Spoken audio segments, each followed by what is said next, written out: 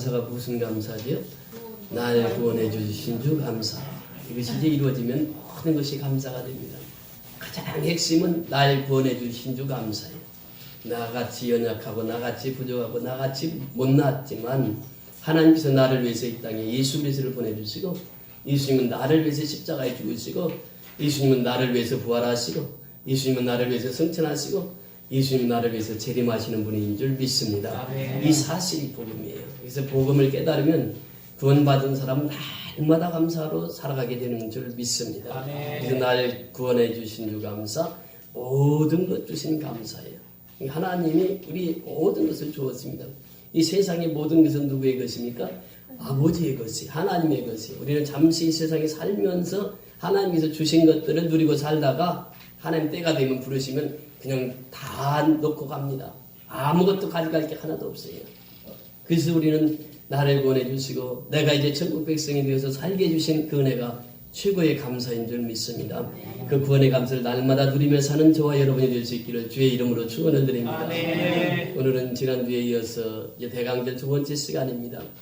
예수님이 이 땅에 오셨습니다. 그런데 예수님은 성령으로 잉태되신 분이라고 어제 지난 시간에 같이 말씀을 나누었습니다. 오늘 이 요셉은 성령으로 잉태된 아내 마리아를 보면서 이제 배가 점점 불러옵니다. 마리아는 생각하기를 이거 빨리 이혼을 해야 되겠다, 파혼을 해야 되겠다, 이렇게 생각을 했습니다. 그렇게 생각하고 있을 때 천사가 나타나죠. 천사가 나타나서 두려워하지 말라, 내 아내 마리아 데려오기를 무서워하지 말라 말씀하십니다.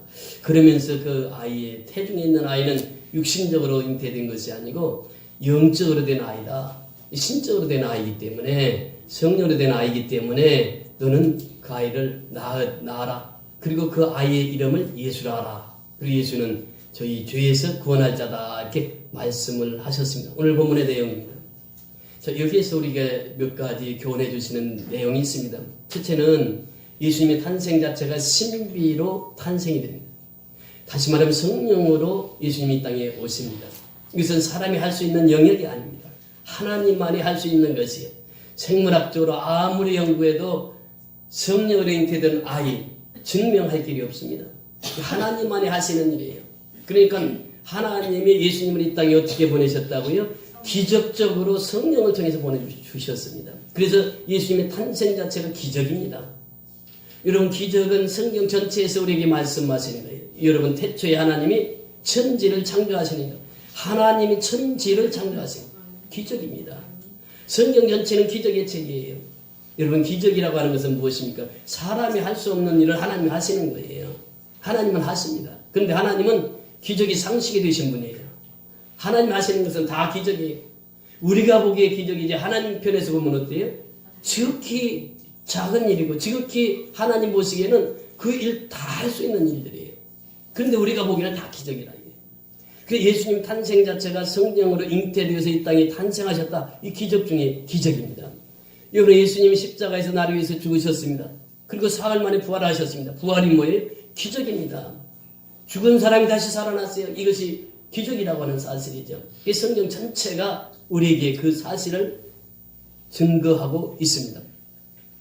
그래서 오늘 이 본문을 통해서 우리에게 말씀하시고 있는데, 그 요셉이라고 하는 사람이 등장하면서 요셉을 뭐라고 표현하고 있습니까? 의로운 사람이라 이렇게 표현해요. 그래서 요셉은 의로운 사람이었기 때문에 자기 아내의 배가 불러올 때 사람들 모르게 조용히 파혼을 하려고 했던 것입니다. 의롭게 살았어요. 다윗의 자손입니다. 다윗의 혈통으로 태어난 요셉이. 그런데 천사가 현몽한, 천사가 나타나서 요셉에게 말하는 거죠. 너 내 아내 데려오기를 무서워하지 말라, 두려워하지 말라. 그는 하나님의 아들이다, 메시아다, 만 인류를 구원할 예수라. 그래서 그 아이를 낳거든 이름을 예수라. 그래서 우리가 신앙생활하면서 가장 중요한 것은요, 예수의 이름으로 하면 됩니다. 예수의 이름으로 하면은 안 될 것도 되는 줄 믿습니다. 예수의 이름이 능력의 이름이에요. 그래서 우리가 조금 전에 불렀던 찬송, 예수의 이름으로 나는 일어서리라. 내가 스스로 일어설 수 없어요. 넘어지고 쓰러지고 자빠지고 우리 인생은 다 그렇습니다. 스스로 일어날 수가 없어요. 그런데 누구의 이름으로 일어난다고요? 예수의 이름으로 일어나요. 누가 주신 능력으로? 주가 주신 능력으로, 하나님이 주신 능력으로 일어나는 거예요. 우리가 넘어지고 쓰러지고 자빠질 때, 우리가 힘들었을 때 누가 우리를 일으켜 주십니까? 주가 주신 능력으로 일어나는 거예요. 우리는 힘이 없어요. 스스로 일어날 힘이 없어요. 그러나 주가 주신 능력으로 일어나는, 주가 주신 능력으로 일어나는 것이에요. 그래서 예수의 이름은 우리에게 아주 가장 소중한 이름입니다. 그래서 구약에서도 보면 두 사람이 예수의 이름과 똑같습니다. 여호수아가 예수의 이름이 똑같습니다. 뜻이. 호세아가 예수의 이름이 똑같습니다. 자, 호세아를 보세요. 호세아는 이제 그렇게 고멜과 결혼해서 사는데 고멜이 몸을 파는 여자였습니다. 살다가 자식 놓고 또다시 몸을 팔러 나갑니다. 그러면 호세아는 가서 돈을 주고 또 사가지고 옵니다. 그렇게 살아갑니다. 이것이 뭐냐? 하나님과 이스라엘 백성들의 관계를 말하고 있습니다. 하나님 끝없이 사랑하세요. 나간 자식 돌아오기만 기다리는 분이 하나님이세요. 그런데 우리 인간은 어떠냐? 하나님을 배반해요. 배반하고 또 배반합니다. 이것이 인간이에요. 그런데 하나님은 또 사랑하고 또 사랑해서 그 백성들을 하나님께서 품어주십니다. 이것이 구약의 역사입니다. 자, 오늘 이 본문을 통해서 예수의 이름이라고 하는 것이 얼마나 복된 이름인가. 그 예수의 이름 때문에 우리는 이 세상에 승리하는 삶을 살아가게 되는 줄 믿습니다. 예수의 이름으로 승리를 얻겠네. 그 승리의 이름은 예수의 이름이에요. 예수의 이름으로 나는 일어설 수 있습니다.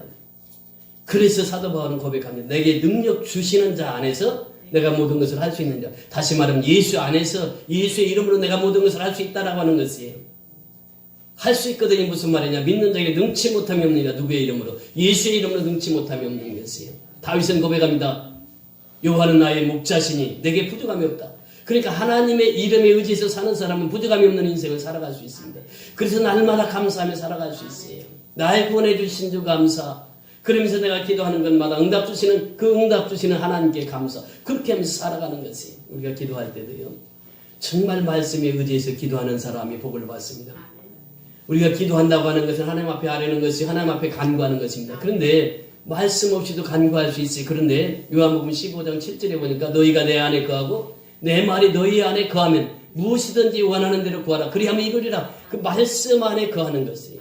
말씀이 우선입니다. 말씀을 통해서 기도 응답이 이루어지는 거예요. 그래서 우리가 말씀을 사모하는 것입니다. 말씀을 통해서 은혜를 받습니다. 말씀은 힘입니다. 말씀은 능력입니다. 그 말씀, 다바르라고 하는 그 말씀이 우리에게 능력을 주십니다. 말씀에 의지해서 기도할 때 하나님께서는 그 기도를 응답해 주시는 줄 믿습니다. 그래서 오늘 이 본문을 통해서 우리에게 주시고자 하는 메시지가 그 이름을 예수라라. 예수라라. 그 능력 있는 이름 예수를 우리에게 주신 거예요. 그러면서 그 예수는 뭐라고 말씀하십니까? 저희 죄에서 우리를 구원할 자시다 말씀하십니다. 여러분, 이 죄라고 하는 것이 무엇입니까? 이 하마르티아라고 하는 말이에요. 하마르티아라고 하는 말은 성경에서 벗어났다 그런 뜻입니다. 하나님의 뜻에서 벗어났다. 이것이 하마르티아, 죄라고 하는 것이에요. 그러니까 군사들이 화살을 쏘는데 정확히 화살이 10점, 9점, 8점, 7점짜리 맞아야 되는데 이 화살을 당겼는데 다른 데로 빗나가 버렸어요. 관역에 꽂히질 않았어요. 그 빗나간 상태를 하마르티아. 그 성경에서 빗나간 것을 하마르티아 이렇게 표현합니다. 이 죄라고 하는 것이. 하나님 떠나면 죄인이 됩니다. 우상을 숭배하면 죄인이 됩니다. 여러분, 오늘 이 본문을 잘 설명하고 있는 것이 요엘서입니다. 요엘은 그 시대의 상황을 우리가 좀 이해해야 되는데, 우리가 이 북왕국과 남왕국이 있습니다. 이스라엘에. 북왕국은 그때 당시 아합이 왕이었어요. 아합은 사악한 왕이었습니다. 자기 선진 히스기야와 같지 않았어요. 아주 사악한 왕이었어요. 52년 동안 통치를 하면서 그렇게 악한 왕으로 이름 남은 사람이 아합입니다. 그런데 그 아내 이세벨은 어땠습니까? 더 사악한 아내였어요. 그래서 아내가 와서 그 우상을 들고 와서 다 그 왕국을 우상단지로 만듭니다. 이것이 이세벨이에요.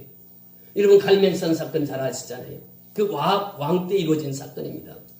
갈멜산에서 이제 엘리야와 바알 선지자들의 기도 대결이 나오는 것을 보게 됩니다. 바알 선지자들이 아무리 기도해도 응답이 없습니다. 아무리 바알하고 해도 응답이 없어요. 자기 몸을 해하고 그래도 응답이 없습니다. 그래서 엘리야가 나와서 엘리야가 무너진 제단을 수축하고 그리고 이제 도랑을 파서 그 위에 물을 붓습니다. 나무 위에다 물을 붓고 그리고 하나님 앞에 기도하는데 하늘에서부터 불이 임해서 그 엘리야 제단을 다 불사릅니다. 그러면서 엘리야는 그 바알 선지자, 아세라 선지자를 다 죽입니다. 한 사람도 남기지 않아요. 850명 다 죽입니다. 이 하나님 뜻이었어요. 근데 이 아방 시대에 이세벨과 이제 그 북왕국의 이 왕으로 살고 있었는데, 저 남왕국은 누가 왕이었느냐면 여호사밧이라고 하는 왕이 있었습니다. 근데 여호사밧과 이 아합 왕이 친했어요. 그래서 정략적인 결혼을 시킵니다. 그 여호사밧의 아들이 여호람이라고 있었는데, 여호람을 이제 아합의 딸, 그다음 이세벨의 딸이 아달랴입니다. 아달랴를 정략적인 결혼을 시킵니다. 그래서 이제 그 아달랴가 여호람의 와이프가 되는 거죠. 그러면서 이제 남왕국으로 시집을 가게 됩니다. 시집을 갈 때 어머니에게 배운 것이 있어요. 그 무엇입니까? 우상숭배였습니다. 자기가 자라온 배경이 우상숭배하는 데서 자랐거든요. 그러니까 아달랴도 똑같이 가서 남왕국 여호람을 구워 삼는 거예요. 그 전만 해도 그렇게 우상을 섬기지 않았는데, 이제 아달랴가 시집 오고 나서부터는 그 우상을 이렇게 섬깁니다. 우상을 섬기면서 이제 하나님과 점점 멀어지게 되는 거예요. 북왕국도 우상숭배, 남왕국도 우상숭배. 그 아달랴와 요람 사이에 아이를 낳았습니다. 그 이 아하시아인데, 아하시아가 이제 그 후에 왕이 되죠. 그런데 그때 북왕국에는 누가 있었냐면 요람 왕이 있었습니다. 둘이서 또 친했어요. 화친 조약을 맺고 친하게 지냈습니다. 국빈으로 방문을 했죠. 아하시아가 왕으로 있을 때에 이제 아버지가 죽고 아하시아가 왕으로 즉위됐을 때, 6대 때 임금인데, 이제 북왕국으로 지금으로 말하면 순방을 간 거죠. 요람 왕과 아하시아 왕이 같이 이제 그 정상화를 이제 하는데, 그때 예후라고 하는 인물이 등장합니다. 그 자리에서 요람을 북왕국 이스라엘 왕을 그 자리에서 죽입니다. 살해를 당합니다. 그리고 나서 아하시아가 깜짝 놀라서 이제 도망을 가는데, 유다 왕이 도망을 가는데 예후가 쫓아가서 여호시아까지 다 죽입니다. 남왕국도 북왕국도 한꺼번에 왕을 잃어버렸어요. 그때 아하시아의 어머니 누구죠? 이세벨의 딸 아달랴가 자기 아들이 죽은 거예요. 그러니까 그때 욕심이 생기게 됩니다. 이 나라를 내가 통치해야 되겠다. 통치하는데 아하시아의 자녀들, 왕족들은 다 죽입니다. 그래서 자기가 영원히 철권 통치를 하려고 왕족들은 다 죽입니다. 그때 여호야다라고 하는 대제사장이 있었는데, 요시아라고 하는 어린 왕자가 있었어요. 그 왕자를 대제사장이 맡아서 기릅니다. 그러면서 그 숨겨서 그 요시아 왕을 보호하는 거예요. 요시아만 남고 다 죽었습니다. 이세벨의 손에 다 죽었습니다. 칼로 선자는 무엇으로 망합니까? 칼로 망합니다. 딸 누구예요? 아달랴도 역시 7년 후에 칼에 맞아 죽습니다. 그러고 나서 여호야다가 그 품고 있었던 요시아 어린 왕을 세웁니다. 세우고 여호야다가 어떻게 했겠어요? 계속 어려서부터 성경을 가르친 거죠. 그렇게 요시아 왕이 되자마자 무엇을 했느냐? 종교 개혁을 단행합니다. 누가 했어요? 그 뒤에서 대제사장이 다 시켜서 종교 개혁을 단행합니다. 그 요시아가 40년 통치를 합니다.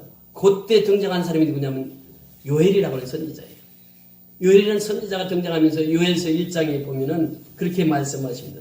우리 요엘서 1장을 한번 같이 보실까요? 구약성경 요엘서 1장입니다.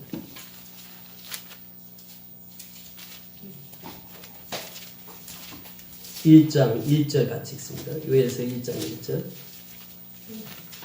1268년 요엘서 1268년 1270년 사이에 있습니다. 요엘서 1장 1절입니다.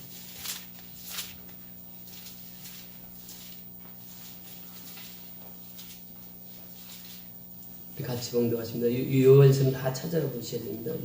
1270년 시작 1절만 읽습니다. 시작. 부드의 아들 요엘에게 임한 여호와의 말씀이니라. 요엘이라고 하는 뜻은 여호와는 하나님이시다 그런 뜻이고, 요엘에게 무엇이 임했다고 그랬죠?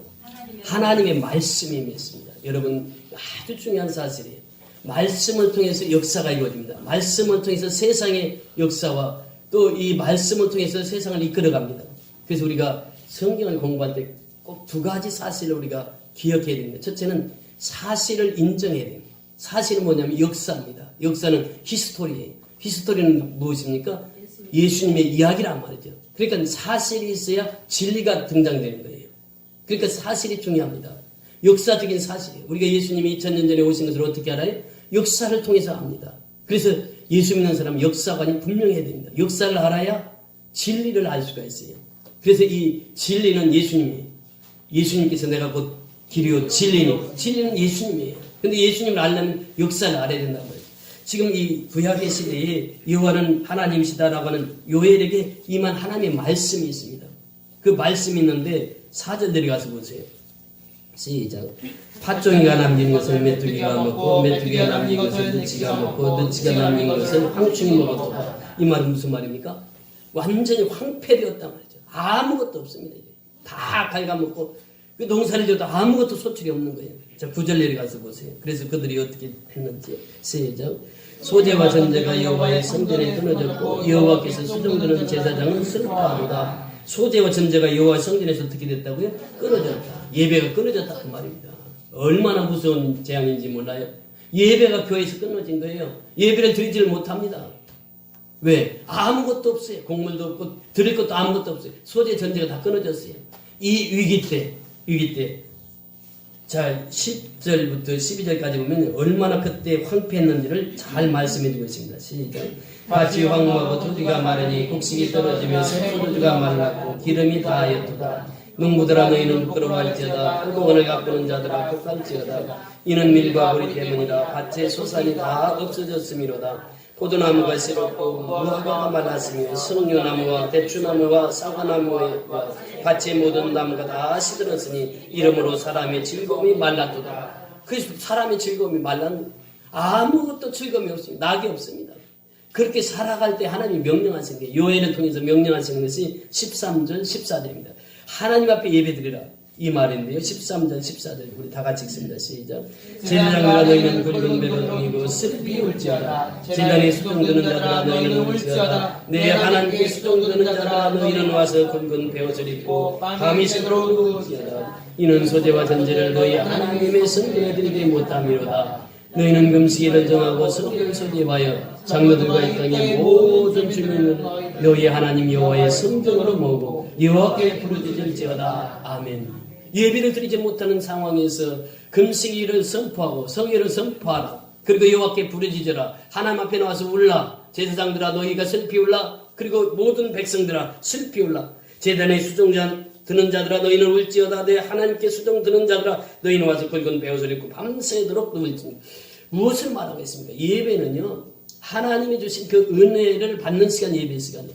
그러면서 동시에 우리는 하나님 앞에 잘못했습니다 하고 우는 시간이 바로 예배 시간이다. 그런데 요즘에요 예배가 울음이 사라졌습니다. 내 회개가 없다라고 하는 것이에요. 하나님은 지금 요엘을 통해서 그것을 말씀하시거든요. 그래서 더 나가서 2장 12절 내려가서 보십니다. 2장 12절 시작. 여호와의 말씀에 너희는 이제라도 금식하고 울며 애통하고 마음을 다하여 내게로 돌아오라 하셨나니 하나님이 하시고자 하는 메시지가 있습니다. 그것이 무엇입니까? 하나님께 돌아오기 위함이에요. 그러니까 하나님 말씀하시기를 여호와의 말씀에 너희는 이제라도 뭐하고 금식하고 금식하는 게 누가 하느냐? 장로들과 젖먹이 어린아이 그 뒤에 나옵니다. 그 16절 내려가서 보세요. 16절 시작. 백성을 모아 그 모임을 거룩하게 하고 장로들을 모으며 어린이와 젖먹는 자를 모으며 신랑을 그 방에서 나오게 하며 신부도 그 신방에서 나오게 하고 여기에서 보면 장로들과 젖먹이 아이들까지 또 짐승까지 다 금식을 선포합니다. 그 금식하게 만듭니다. 그 금식 성의를 합니다. 그러면서 금식 성의는 오늘날 부흥성의라고 말할 수 있는데 금식하면 성의를 여는 것이 그러면서 너희들은 금식하고 울며 애통하고 마음을 다하여 내게로 돌아오라. 하나님의 뜻은 단 한 가지입니다. 너희들이 지금 죄악에 빠져있단 말이죠. 너희들이 지금 우상숭배에 빠져있단 말이죠. 그러니 하나님 역사를 이룰 수가 없는 것이에요. 그래서 이 땅이 황폐하고 농사를 지어도 농사가 하나가 되지 않는 거예요. 그러니까 사람만 곤란한 게 아니라 짐승도 초식동물도 다 먹을 것이 없습니다. 살 수가 없는 것이에요. 그래서 하나님께서 내게로 돌아오라고 하는 것이에요. 죄를 지은 자들아 내게로 돌아오라. 우상 숭배하는 자들아 내게로 돌아오라. 그래서 돌아오기 위해서 너희가 어떻게 해야 되느냐? 금식하며 울며 부르짖어라 하나님 앞에. 그래서 하나님의 마음을 돌이켜라 말이죠. 하나님의 진노가 지금 계속 임하고 있는 것이에요. 그 하나님의 진노에서 돌이키기 위해서는 너희가 금식하며 울며 하나님 앞에 부르짖으라 이렇게 말씀하십니다. 그러면서 13절 같이 보십니다. 시작. 너희는 옷을 찢지 말고 마음을 찢고 너희는 옷을 찢지 말고 마음을 찢으라 말이죠. 겉으로 신앙생활 하는 것처럼 그렇게 하지 말고 정말 내 마음 중심에 하나님께 돌아왔느냐 이것을 보라고 하는 것이에요. 우리가 지금 이 시대를 보면서 무엇을 생각하게 됩니까? 지금 아까 손 집사님 기도 참 은혜스럽게 잘하셨어요. 지금 우리가 정치, 경제, 사회 전체가 어렵습니다. 지금 이 상황, 요시아가 지금 어린 왕입니다. 어린 왕이에요. 그래서 유다 왕국도 지금 우상 숭배에다가 하나님 앞에 죄가 만연되어 있는 그 시대에 지금 요엘 선지자가 외치는 거예요. 우리가 하나님 앞에 돌아오지 않으면 길이 없습니다. 하나님 앞에 돌아오지 않으면 우리가 살 길이 없습니다. 하나님 앞에 돌아오지 않으면 우리는 생명을 얻을 수가 없습니다. 우리가 사는 길은 하나님께로 돌아가는 것입니다. 이것이 핵심 포인트입니다. 그래서 우리가 겉옷을 찢지 말고 너희 마음을 찢으라. 공동 번역에 너희 심령을 찢으라 이렇게 표현하고 있습니다. 너희 중심에 하나님을 모시라고 합니다. 중심에 하나님이 나를 이끌어가게 하라고 말입니다. 이것이 바로 요엘 선지자를 통해서 우리에게 주시는 메시지예요. 그러면서 하나님은 어떤 하나님이십니까? 하나님 여호와께로 돌아올지어다 그는 어떤 분이에요? 은혜로우신 분이다. 하나님은 은혜로우신 분이에요. 그래서 하나님께 돌아오기만 하면 우리는 은혜를 받습니다. 하나님께 돌아오기만 하면 우리는 값없는 하나님의 은혜로 살아가게 되는 것이에요. 하나님은 자비하신 분이에요. 하나님은 더 나아가서 말씀하십니다. 노하기를 더디하시며 이내가 크신 하나님. 이 하나님께로 돌아오라 말씀하십니다. 요엘서는 두 가지 핵심 포인트가 있습니다. 첫째는 메뚜기의 재앙이에요. 이 메뚜기 때가 와서 다 먹어서 곡물을 다 재앙을 만드는 거예요. 그리고 두 번째는 여호와의 날입니다. 하나님의 날이에요. 하나님의 날은 반드시 옵니다. 이것은 신약적인 의미로서는 예수님의 재림을 말하고 있습니다. 재림이 가까웠단 말이죠. 그러니까 사람들이 죄를 짓고 우상숭배를 하고 그러면서도 하나님께 돌아오질 않는 거예요. 우리는 돌아와야 사는데 이것이 바로 예수님의 탄생 자체가 죄의 소리를 구원하시기 위해서 예수님이 이 땅에 오셨단 말이죠. 예수님의 오심을 우리는 찬양합니다. 기쁘다 구주 오셨네 이렇게 찬양합니다. 그런데 이 신앙은 어린아이 신앙이에요. 그런데 더 성숙한 신앙은 무엇이냐? 예수님이 하늘 보좌를 버리고 이 땅에 오셨다라고 하는 거예요. 그러면 그 예수를 맞이할 때 어떻게 맞이해야 되느냐 말이죠. 크리스마스라고 하는 말이 무슨 말입니까? 그리스도께 예배드리는 날이거든요. 예배가 사라졌어요. 지금 상술로서 크리스마스가 번창하는 것을 보게 됩니다. 그래서 크리스마스는 어디서부터 옵니까? 저 호텔서부터 온다는 거예요. 크리스마스가 어디서부터 옵니까? 저 우리 마을 주민도 이렇게 입고 여러분 들어올 때 얼마나 그 추리에 아름답게 해놨어요. 예수 믿지 않는 사람도 다 추리해놓고 기쁘다고 좋으셨네요. 사실 예수를 정말 깊이 믿는 사람은 예수 오심이 어때요?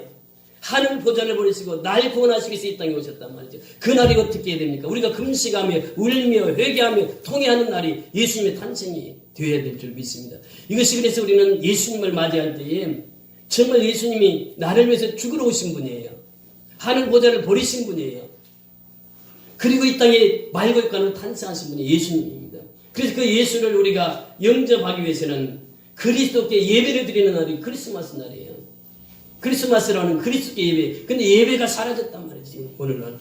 그래서 이 기독교가 어려움을 겪고 있는 것이 예배가 사라지면 어려움이 있습니다. 구약에서 보세요. 소재와 전제를 드리지 못하니까 그 어려움이 가중되는 것이에요. 예배가 살면 모든 것이 삽니다. 예배가 죽으면 모든 것이 죽습니다. 예배는 무엇입니까? 살아계신 하나님을 만나는 시간이 예배 시간이요. 하나님과 동행하는 시간이 예배 시간이요. 그 예배를 소홀히 하는 거예요. 우리 보세요. 우리 자신을 보세요. 남 탓할 것도 없으면 내 자신부터 보자고 하는 거예요. 우리가 예배를 얼마나 소중히 드리고 있느냐라고. 예배는 내가 죽고 예수가 사는 시간이 예배 시간이거든요. 나는 재물이 돼야 되는 시간이 예배 시간이거든요. 근데 예배가 없는 것이에요. 여기서만 예배 드리는 게 아닙니다.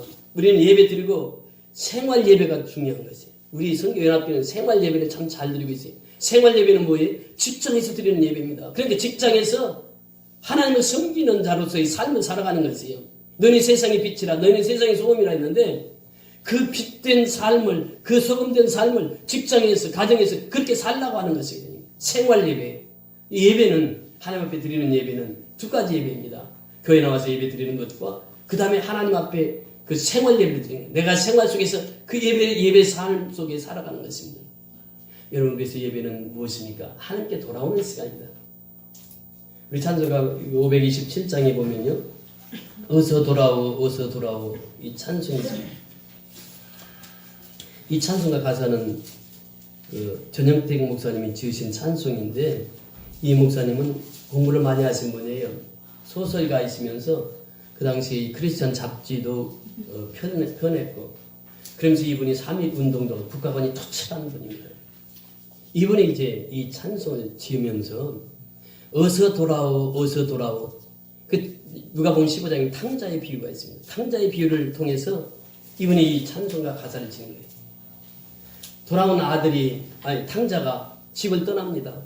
떠나는 순간부터 고통입니다. 아버지 품을 떠나는 순간부터 고난이 닥칩니다. 그래서 탕자는 모든 걸 다 잃어버리고 이제 먹고 살 게 없어서 죄진 먹는 죄 없는 열매도 넉넉히 먹지 못하는 그 상황이 그때 생각하게 됩니다. 아버지 집에 가면 풍족한 일꾼이 많고 아버지 집에 가면 내가 굶지는 않고 살 텐데 그래서 그 탕자가 결심을 하게 되죠. 아버지 집에 돌아가자 결심을 하고 누더기 옷을 입고 아버지 집에 찾아옵니다. 그런데 아버지는 어땠습니까? 밤마다 문 열어놓고 나간 자식 언제 돌아올지 모르니까 쌀이문 활짝 열어놓고 그 아들을 기다렸던 거죠. 그런데 아들이 옵니다. 아들은 아버지를 보지를 못했어요. 누가 먼저 그 아들을 봅니까? 아버지가 먼저 보는 거예요. 아버지가 먼저 보고 쫓아갑니다. 아버지가 쫓아가서 내 아들 죽었던 아들이 내 아들이 살아왔구나 그러면서 그 옷을 다 벗기고 모욕시키고 인장반지 끼워주고 새 옷 사서 입히고 그리고 동네 사람들 다 불러가지고 송아지를 잡아서 대접을 하는 죽었던 아들이 다시 살아왔는다고. 이것이 아버지의 마음이에요. 이 탕자는 아버지의 마음의 핵심입니다. 아버지의 마음은 누구의 마음이에요? 하나님의 마음입니다. 탕자는 누구입니까? 탕자는 바로 나예요. 요나가 탕자예요. 여러분 큰아들은 어땠습니까? 큰아들도 탕자 못지않게 타락한 인간이에요. 그들에게는 아버지가 필요한 것이에요. 탕자에게도 필요했고 그 맏아들에게도 아버지가 필요했어요. 아버지는 끝없이 주는 사랑입니다. 그래서 이 가사를 지을 때 어서 돌아오 어서 돌아오 지은 죄가 아무리 무겁고 크기로 오늘날 우리에게 해주시는 말씀이에요. 지은 죄가 아무리 무겁고 크기로 주 어찌 못 담당하고 못 받으시리요. 우리 주의 넓은 가슴은 하늘보다 넓고 넓어. 그 하나님의 은혜를 어떻게 측량할 수 있습니까? 하나님의 사랑을 어떻게 측량할 수 있습니까? 하나님의 사랑, 하나님의 은혜는 하늘보다 높고 넓은 것이 하나님의 사랑이에요. 그래서 그 품으로 돌아오라고 하는 메시지입니다. 어서 돌아오 어서 돌아마노 우리 주는 날마다 기다리신다고. 밤마다 문 열어놓고 마음 졸이시며 나간 자식 돌아오기만 밤새 기다리신다고. 어서 돌아오 어서 돌아오 채찍마다 아파도 주님의 손으로 때리시고 어루만져 위로해 주시는 우리 주의 넓은 품으로 어서 돌아오 어서. 예수님은 이 땅에 오신 목적이 죄를 사하시기 위해서 이 땅에 오셨습니다. 예수라는 이름 자체가 저희를 죄에서 구원할 자라는 메시지예요. 우리는 신앙생활하면서 예수를 멀리하고 살할 때가 있었습니다. 이것을 우리는 회개해야 되는 것이에요. 예배는 무엇입니까? 하나님 앞에 회개하는 시간이에요. 예배는 무슨 시간입니까? 내가 죽고 예수로 다시 사는 시간이에요. 전영택 목사님이 이 가사를 지을 때에 그 탕자의 비유를 읽으면서 그 받은 은혜를 이 가사에 옮긴 것입니다. 여기 찬송 한번 부르실 텐데 정말 이 가사를 생각하면서 내가 지금 하나님 앞에 얼마나 떨어졌는가. 내가 정말 예배 시간마다 요엘서에서 얘기하고 있는 것처럼 울며 내가 통회하며 하나님 앞에 예배 드리고 있는가. 우리가 우리 자신을 돌이켜 봐야 됩니다. 그러면서 내가 하나님 앞에 가까이 나의 죄를 사하신 분은 예수 한 분밖에 없습니다. 예수의 피로만 내 죄 사함을 받을 수 있는 것이에요. 오늘 이 시간 어서 돌아오 우리 찬송을 하면서 이 가사를 생각하면서 우리 같이 찬송하도록 하시겠습니다. 어서 돌아오 어서 돌아만 오 527장 어서 돌아오 어서 돌아만오 지은 죄가 아무리 무겁고 벽에도 졌지만 담당하고 못 받으시네요. 우리 주의 넓은 가슴은 하늘보다 넓고 넓고 어서 돌아오 어서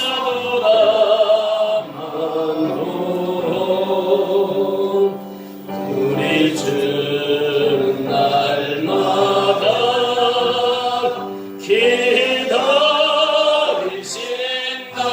기다리신다오 밤마다 문 열어놓고 마음 들이시며 나간 자식 돌아오기만 밤새 기다리신다오 어서 돌아오 어서 돌아만오 집집마다 아파도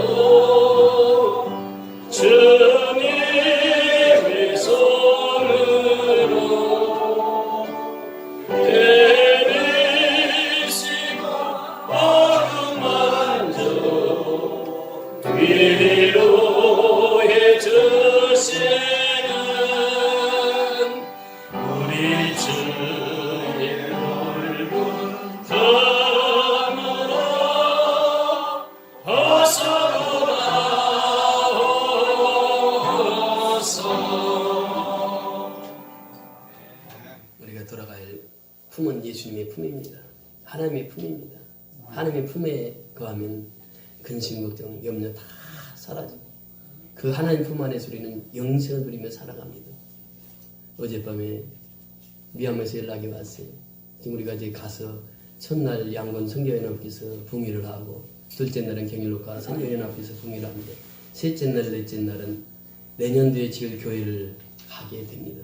근데 어제 그 따로 목사, 양곤 선교연합회 따로 목사님과 여기 우리 교회 다녀가셨던 김동호 선교사님이 둘이 만남을 갖고 거기 이제 그리스도교회 총회장님을 초대해가지고 같이 만났어요. 이제 우리가 가게 되면 그리스도교회를 방문하게 됩니다. 우리는 그 미얀마 땅에 그리스도교회 있는지도 몰랐는데 이번에 보니까 그렇게 이제 그리스도교회가 있어서 이번에 이제 방문하게 되는데 여러분 선교 일정으로 해서 기도해 주시기 바랍니다.